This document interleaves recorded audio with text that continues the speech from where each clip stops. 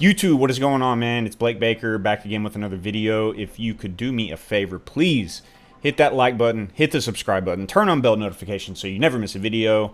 And thank you for coming to the YouTube channel. I've been on a little hiatus lately. I just got back from vacation. Me and the lady went to Florida, and I am in the middle of, well, I'm actually done now, but I was remodeling the whole podcast studio. So I'm going to come back with some I'm trying to get 2 scheduled for this week, and I'm going to come back with a whole different look for you guys on the podcast, and I'm really excited about that. But what I wanted to get to today is an email I got, and it kind of just piqued my interest this morning. I'm drinking my coffee, going through my emails, and it says Houston real estate market struggles to maintain momentum. So I thought, yeah, I mean, I could feel that for sure with my listings. So I decided to look more into it, and let me give some stats for you guys. So we are in our 4th straight month of declining home sales, which is a definite indicator. I think the main thing there was that interest rates went up a little bit, well, a lot. And when you go from a 2.75 to a 6% interest rate, that's going to bump your payment quite a bit. So I think that knocked some people out of the market and discouraged some people. 30-day plus listings, or stale listings, which that means a listing that sits for 30 days or longer, have jumped up 10%. And about 60% of homes now are sitting 30 plus days on the market. I know that sounds crazy. It sounds unheard of. That's something I feel like I haven't heard since 2019, 18, 19, somewhere in there. It's wild. We're back up to a 2.5 month listing inventory, which is the 2-year high. And in my experience with my listings, it's just not getting the same traction as it did this time last year or even earlier this year. So homeowners are now having to consider taking less than asking price on their listings. Can you believe it? I think another factor that plays into this is that buyers got used to a crazy market last year where, like, for example, I had one kid, God love him, man, he stuck with me. We made 11 offers, and he finally got one. He actually lost this house, but he finally was able to get this one because the first buyer backed out. But it took him 11 times. I mean, that's unprecedented. That's even 30 plus year realtors I know personally are telling me they'd never seen anything like that. So I think some buyers just aren't paying that close of attention to the market, and I think they think that it's still like that when it's absolutely not like that, man. If you have interest in buying a home, if you just get on HAR and look around, there's actual options that are actually sitting on the market.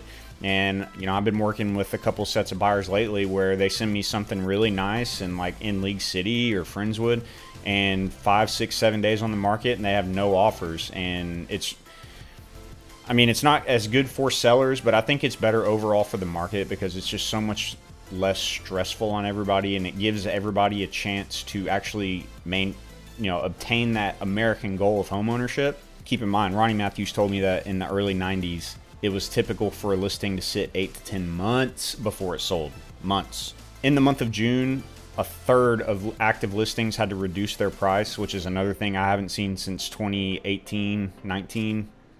But one thing everybody needs to keep in mind, it's not a bubble, it's not a huge slowdown. We're just getting back to kind of normal. This was how the market was when I first got into business in 2017. It was, well balanced. Buyers actually had options. Things would sell at the right price. I mean, I think that's where the best market should be. It should never be so out of balance where it shouldn't be so out of balance where people are having to offer $50,000 over asking price. I don't think that's healthy. I don't think that's gonna set a lot of people up for making a good investment long term. When prices plane out and you paid $50,000 over asking, you're gonna have to. It'll work out in the long run, but you're going to have you won't be able to list it in 2-3 years and make a little lick. It's not gonna happen. So I'll just leave you with this, buyers. Where you at? This is your time to shine.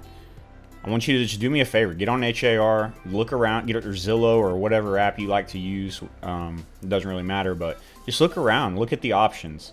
And keep in mind, 2.5% interest was not normal. That we probably will not ever see that again. I mean, you never know, but it's very likely that we won't even ever see that again. And now that we're up around 5.5%, 6%, that's exactly where it was in 2017 when I got in the business. So this is normal. 6% is historically still a great rate. Unlike the 80s where it was 12, 15, 16%, I heard in some cases, and adjustable rates. It's still great, man. Thank you guys for watching. Do me a favor, man.